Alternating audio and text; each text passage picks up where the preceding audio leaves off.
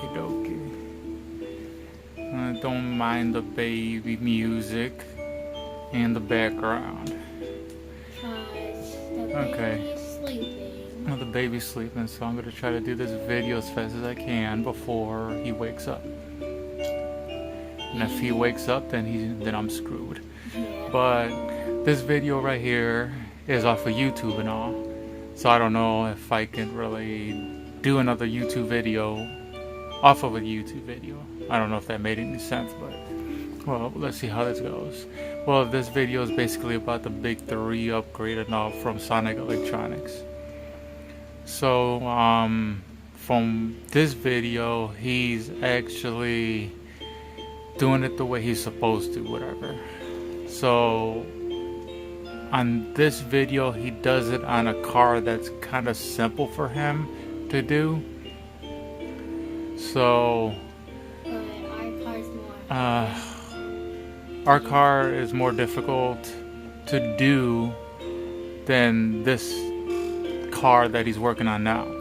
So before I start the video and all, like before you do this Big 3 upgrade, first thing you want to do if you're going to work on an electrical system of the car, obviously you have to disconnect the negative terminal on the battery, so no problems, no nothing occurs. So I'm just going to go ahead and start the video. Make sure you go ahead and disconnect the negative terminal off the battery, so that way you don't short out anything or damage it.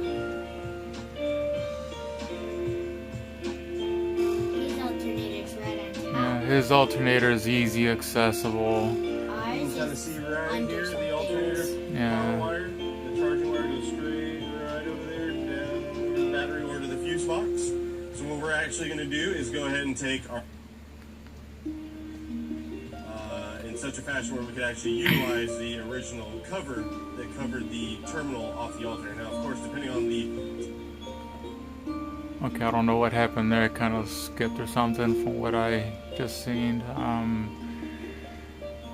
That alternator, he actually unscrewed the bolt kind of easy before we got ourselves a new alternator, the stock one. The bolt that actually holds the charging wire broke, snapped off. With there's a rod inside there, obviously, and I turned it the wrong way, so that's how we got a new alternator put in. And he showed it all simple on here, you know, there's the cover for it, and now he's going to lead it to the positive terminal on the battery, which I'm going to have to do that a little different in our car, so he's going to go ahead and explain that part. Size of cable that you're doing, or the design of it, or the angle, you may not be able to achieve the same exact results by being able to utilize that part again. So normally we would wrap the cable in either Tessa tape or split loom. That way it actually, while it's routed, you won't really notice that anything's changed or been added. It looks like a...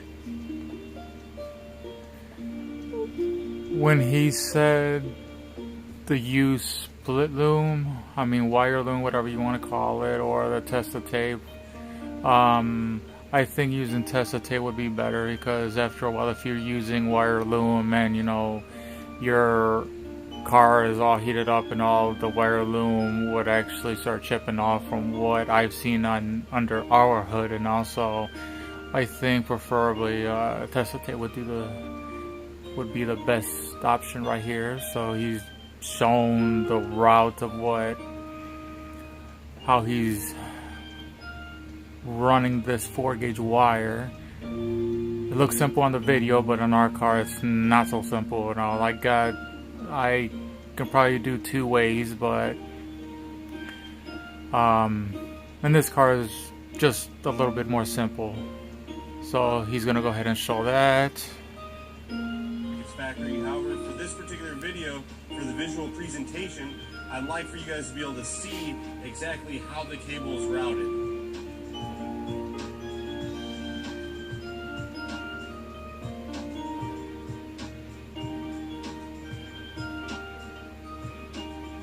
Okay guys, as you can see, we successfully routed our new 4-gauge charging wire from the alternator all the way over to the battery. Now if you wanted to take a step further, some guys will actually put an inline fuse holder. It may be a good idea.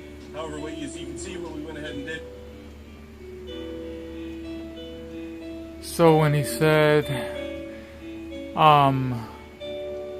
people like to take it a step further, putting it an inline fuse in there.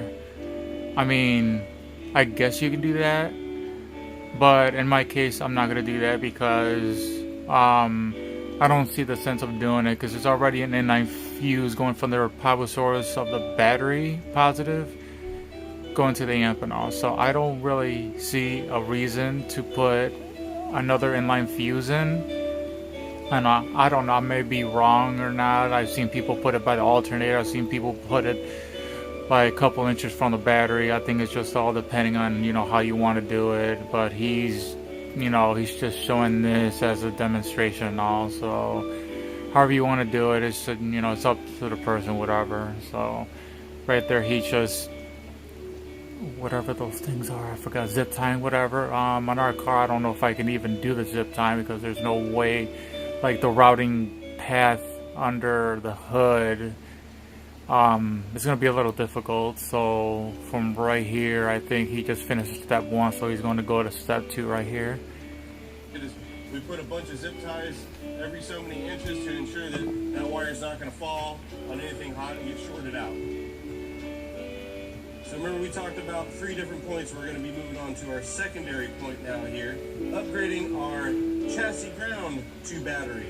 It's going to be really key for you to make sure that you really choose a good ground. Like this particular OEM battery terminal, if you follow this down, the factory ground goes underneath the battery, it goes in a maze, and we'd have to really take apart a lot of the vehicle to get to that point. So what we're going to go ahead and do is we're actually going to go with a ring terminal right off the factory terminal here, and we're actually going to create our own new ground with a nice nut and bolt. And of course, we're going to need to clean the surface off, make sure it's free from paint and any kind of corrosion or debris, so that way we have a nice solid ground.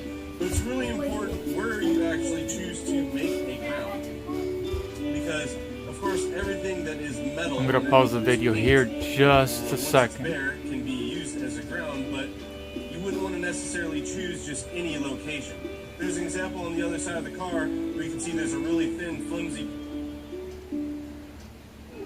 This part right here, I think you have either 2 options to how you're gonna ground your battery negative. He just explained that there's an existing hole that he's gonna run the grounding cable. You could use that as a good ground for it, and you obviously have to scrape all the paint and all and do whatever you got to do there. But in other videos I've noticed people use a strut tower bolt, whatever. I don't know, I don't think he's really explained that. If you use the strut tower bolt, I think that's just a big part of the frame too, but he's a little bit more specific on what he's trying to explain there. In this part right here, the little piece that's coming off the strut tower, like big part of it, whatever. Like he just mentioned, there's like 2 welds just holding, a piece of metal off of there, and there's like a hole right off of there. So that's not really a good ground connection or something. He wanted it to be a big part of the frame of it. So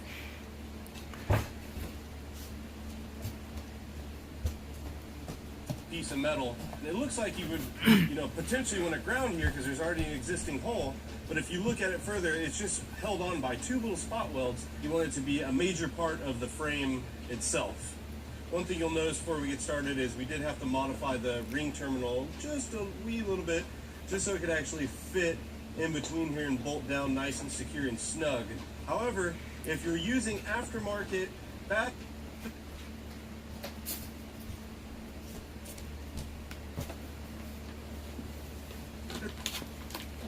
see, now this is something that some people do a little different. We've gone ahead and found our OEM ground here. As you can see, it's like the size of dental floss basically in comparison to like a 4-gauge wire or larger. But it goes from right here all the way over, right on the opposite side to the chassis, and it bolts right there with a small 10mm bolt. Now some people, when they upgrade this ground, they actually will go from here to the actual negative battery terminal, on the opposite side, or from the engine block to the battery's chassis ground. So some people argue, I guess it really depends on what you want to do. We're just going to go ahead and upgrade. So right there, he's just basically gonna do what he just said. He's just gonna upgrade the what's it called, the engine block ground to where it's bolted on there now. Other people I've seen, they take the strut mounting bolt. That's, well, technically it's bolted onto the, mounted to the engine, so you could, take one of the bolts out that. Yeah, I know. We're in trouble. Shoot. So, like I said, you can take the wire coming from the mounting strut tower bolt, whichever one's, closest to a ground location. I've seen people do that way. I've seen people do it, putting the what's it called? The alternator grounding stud. Mounting stud, jeez, to the negative part of the battery, like how I think he just mentioned that or something. But in my case, I'm either gonna do it from the alternator mounting where the bolt's at to the strut tower, but I really wanted to do it underneath the car where the frame's at. It's gonna be a little tough under there, but I think that would be like one of the best spots for a ground. I just gotta, it's gonna be a little tough scraping all that paint out of there. Try to, I don't know about drilling a hole through, but I'm gonna have to do that too. So, what else here? Just basically gonna explain where he's gonna upgrade that engine ground. From here to the other point that I showed you just a second ago, right over there, and we're going to go ahead and get started.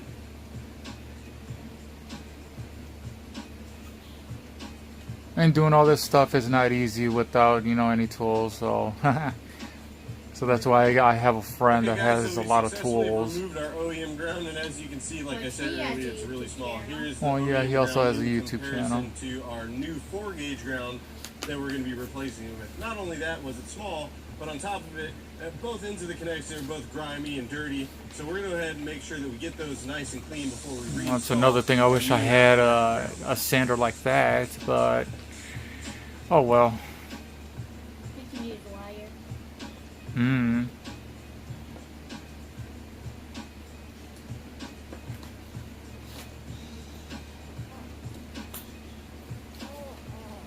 Alright guys, so we went ahead and finished up our ground from our engine block to our chassis.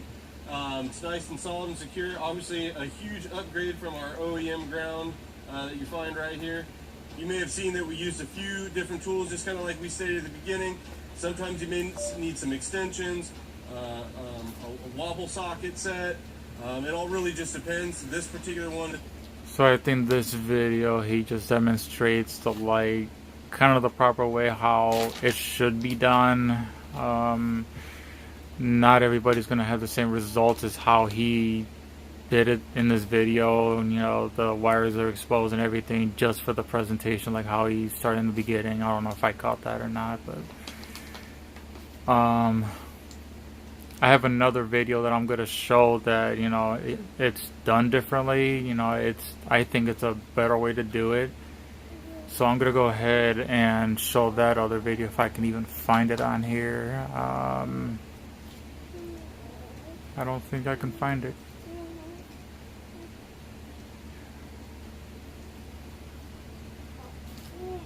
Well, here we go. Ah, come on, you stupid ass. Well, there we go.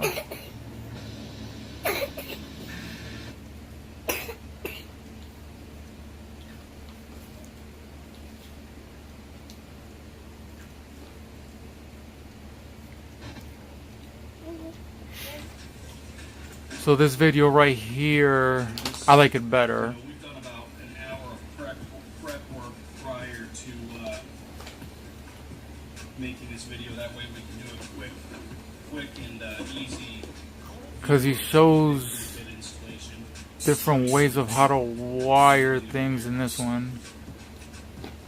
The only difference is in this video is the from the last video, the guy used a 4-gauge wire and he's using a freaking 1 0-gauge wire or something. So you can use either 4-gauge at the smallest, 1 gauge at the biggest. So over here he has like, I don't know how many like bolts on this battery, so connect more than one positive, more than one negative on each side of the battery there.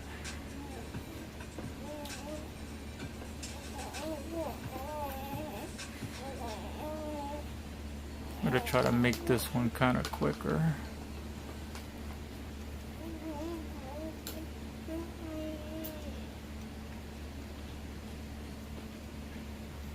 In place. So where he has it right now is a alternative mounting stud. Putting the bolt back. And again, Think- these will be loosely ran in the beginning. I think that's the simplest spot for me because These will be the loosely ran in the beginning. And engine ground clean them up and show you in our how- car, how it's, they will look. I'm not even gonna mess with it. You gotta move too much things out of the way and We're already on it's just gonna be a big headache from there.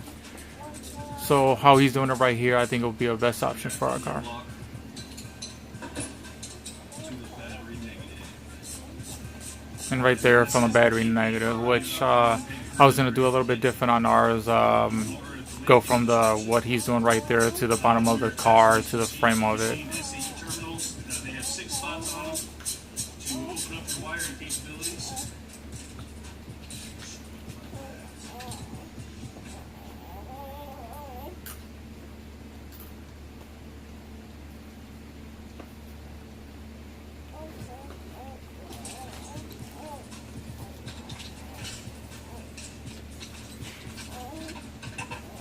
Alright, so there's all those.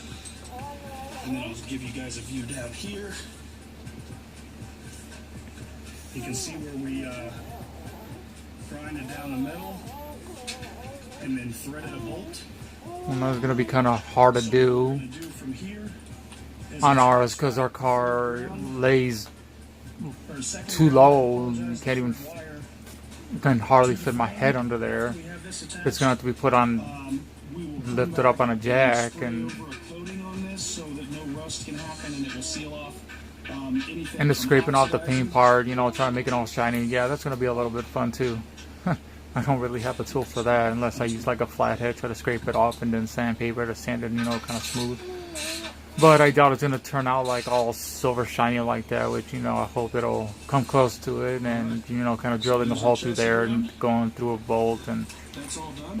securing that, you know. And there you have the big 3 installed. So yeah, that's my little. I like this one better. He does it a little bit different than the last one that I just showed, and which is always the simplest place to do so. And then the chassis ground, which we just ran down to a tap on frame down here. So that is how you do that. Big 3, if you haven't done it, it is vital to your system's performance, even if you're only running 1,000 watts. Now, what we'll go do is I'll run through and zip tie some of these wires and clean them up.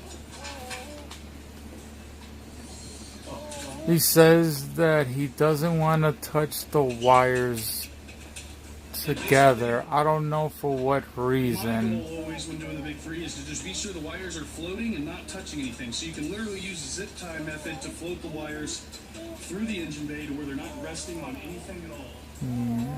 That's the main goal. So I kind of figured out how he's zip tying them. He's From here, we can go off one of these hoses on the motor, and then you're just going to loosely put a zip tie around that,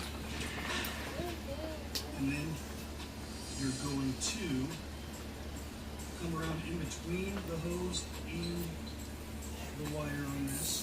You're going to tighten that.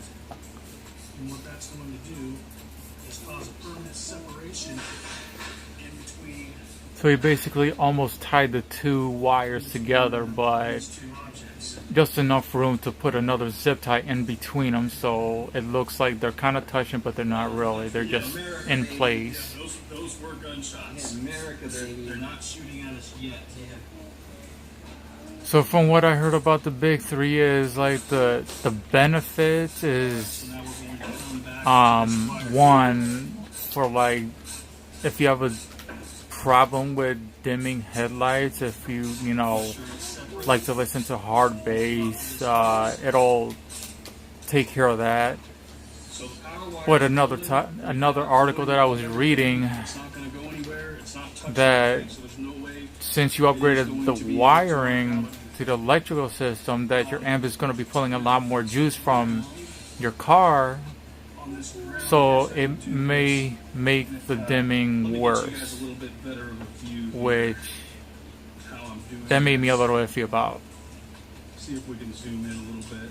It's an improvement for your electrical system, but if it's going to make your lights dim a little bit worse because of the current flow that's So where you're positive, that's going through your car, and plus the more power that your amplifier is getting, you know, that's a little weird, because then that's maybe involving a capacitor. They haven't mentioned that you're gonna need a capacitor. They're always mentioning something about upgrading your battery, putting a better alternator, or you know, a higher output alternator. They never really mention about a capacitor. That I might think a capacitor would be the next best option for me, you know, budget wise. But I haven't yet done this project. I'm kind of procrastinating on it. I want to do it, but I'm a little iffy about it, because if I do it, I don't know what's gonna happen to the car. I don't know if anything bad's gonna happen, and you know, it's supposed to help out with the car's performance other than your car's audio performance for their system. So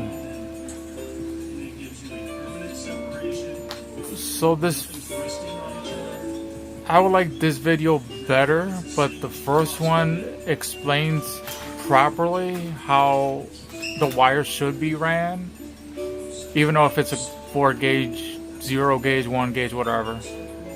I wish I had 0, 1 gauge, but those wires are too damn thick, and just to run them, I don't know if I can squeeze those wires into like real tight spots under the car.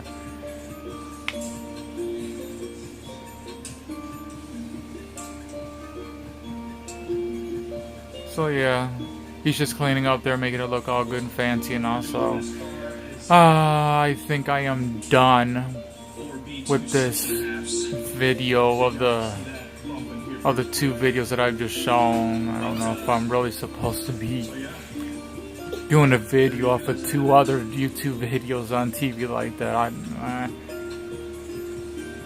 Well, first time for me, so I just wanted to show it. Okay, that's enough for me now.